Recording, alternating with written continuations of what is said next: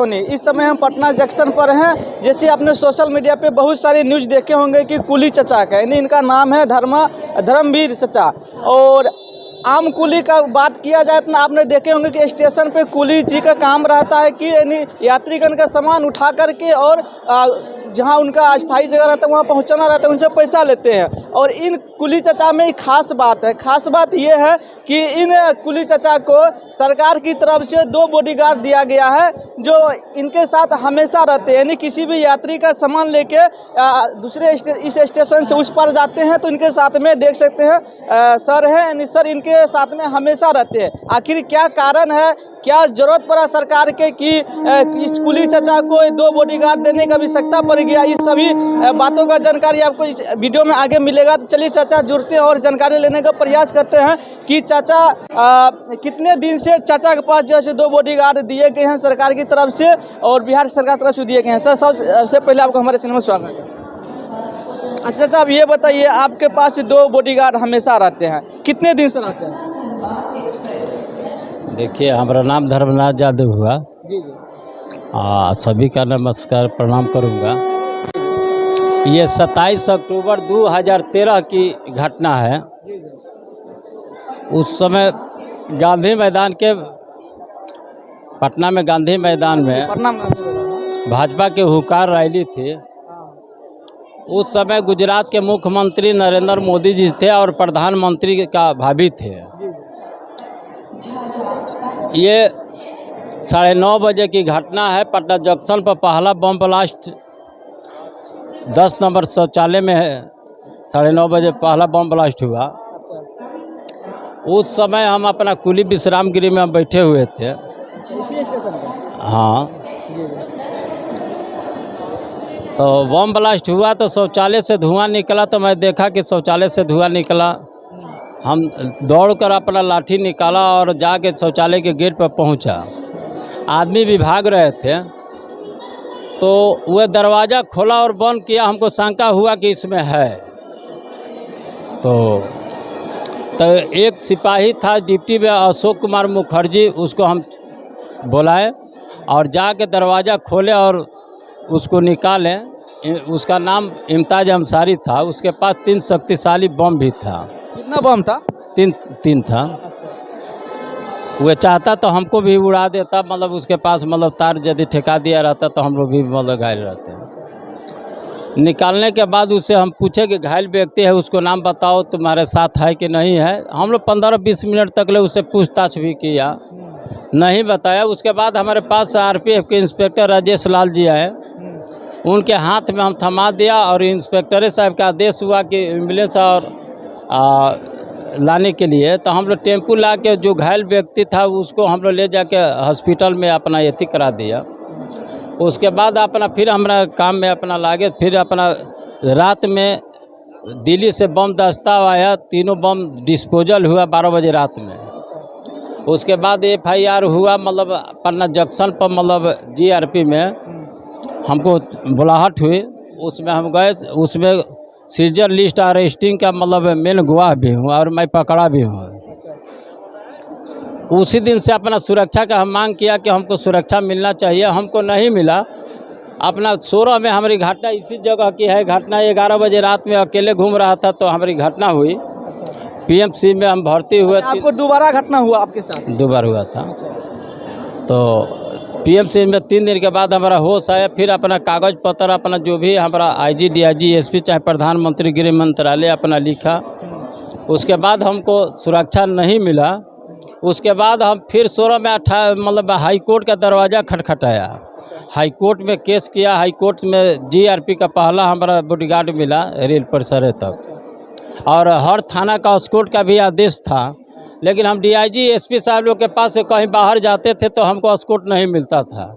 फिर मतलब हमारा पाकिस्तान से भी धमकी मिला और 50 लाख का ऑफ़र भी आया था, जो कि हम उसको गाली भी दिए थे। लेकिन बोले हम ऑफर क्या चाहिए था, मतलब केस क्लोज करने का या फिर गवाह न बनने का? अरे तो हम पूछे क्या बात है, तो बताया कि आप सही काम किए हैं, आपको पैसा हम लोग इतना देंगे। तो हम बोल देते कि पटना जंक्शन पर रहते हैं, पैसा देना है तो तुम आओ, हम यहीं पर रहते हैं।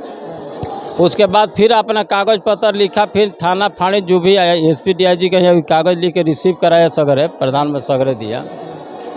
उसके बाद फिर हम अपना प्रधानमंत्री गृह मंत्रालय से हमारा राष्ट्रपति साहब कहीं से भी चिट्ठी आया, लेकिन यहाँ पर सरकार हमको उस समय सीनियर एसपी रेल एसपी नहीं दिया।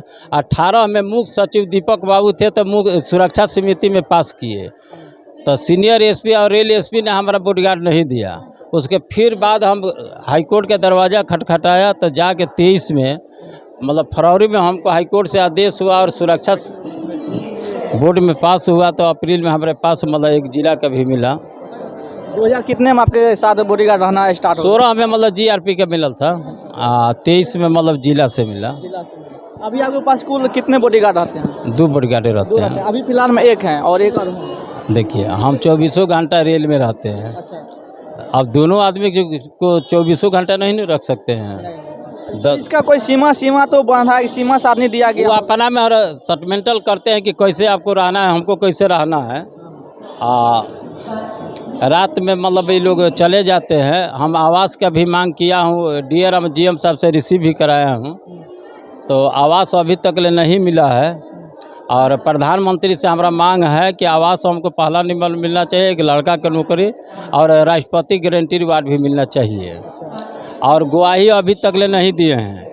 हम गवाही के लिए एनआई कोर्ट में अपना कागज़ देते रहे कि गवाही हम देंगे, गवाही हमारी नहीं ली गई, तो फिर 3 दिन बहस करा के रिजेक्ट करा के हाई कोर्ट में एनआई और विजिलेंस और आईबी और ईडी पर केस किया हूँ, लेकिन एनआई ने पैसा लिया है।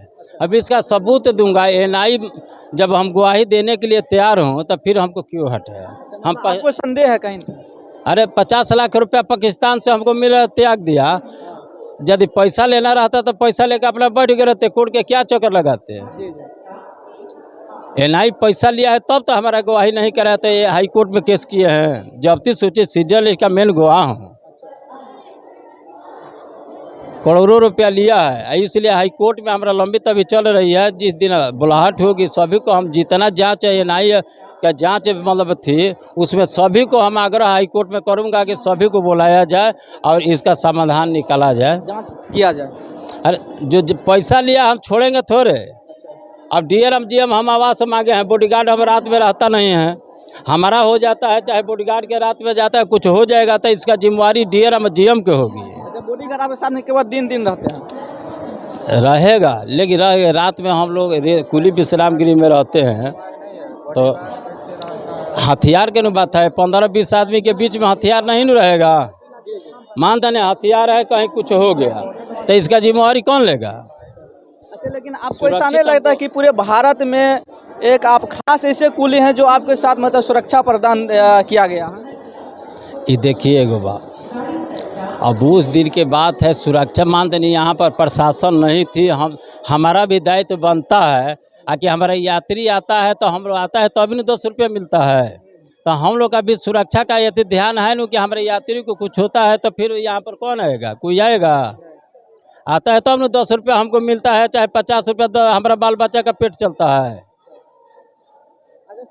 चाचा, जैसे मान लिया आप लगेज जिस समय ढोते होंगे तो उस समय सर भी आपके साथ रहते होंगे? हाँ, सब लोग साथ में रहते हैं। अच्छा, अभी तक आपके कुल मिलाकर कितने मीडिया आ गए होंगे आपके पास? अब देखिए, अब बताना गिने नहीं है, बाकी हमारा उम्मीद है कि 130-40 से कम नहीं है। 40 से कम नहीं आया। सर एक मिनट आपसे बात करना चाहेंगे। एक मिनट देखिए सर, कोई बात नहीं चलिए सर, उससे बात करना चाचा। 1 मिनट आपसे हम वीडियो लेना चाहेंगे, जो आपके साथ में बॉडी साथ चलते हैं, वो वाला वीडियो चाहिए। छोड़ा ना आता सर, वो वाला फिर नहीं बन पाएगा। 1 मिनट।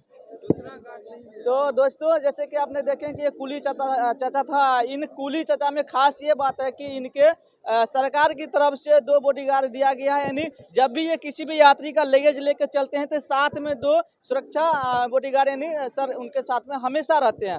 बाकी आप लोगों का क्या राय विचार है चाचा के बारे में कमेंट सेक्शन में जरूर बताइएगा। वीडियो ज़्यादा शेयर कीजिएगा। बाकी वीडियो देखने के लिए बहुत बहुत धन्यवाद। जय हिंद।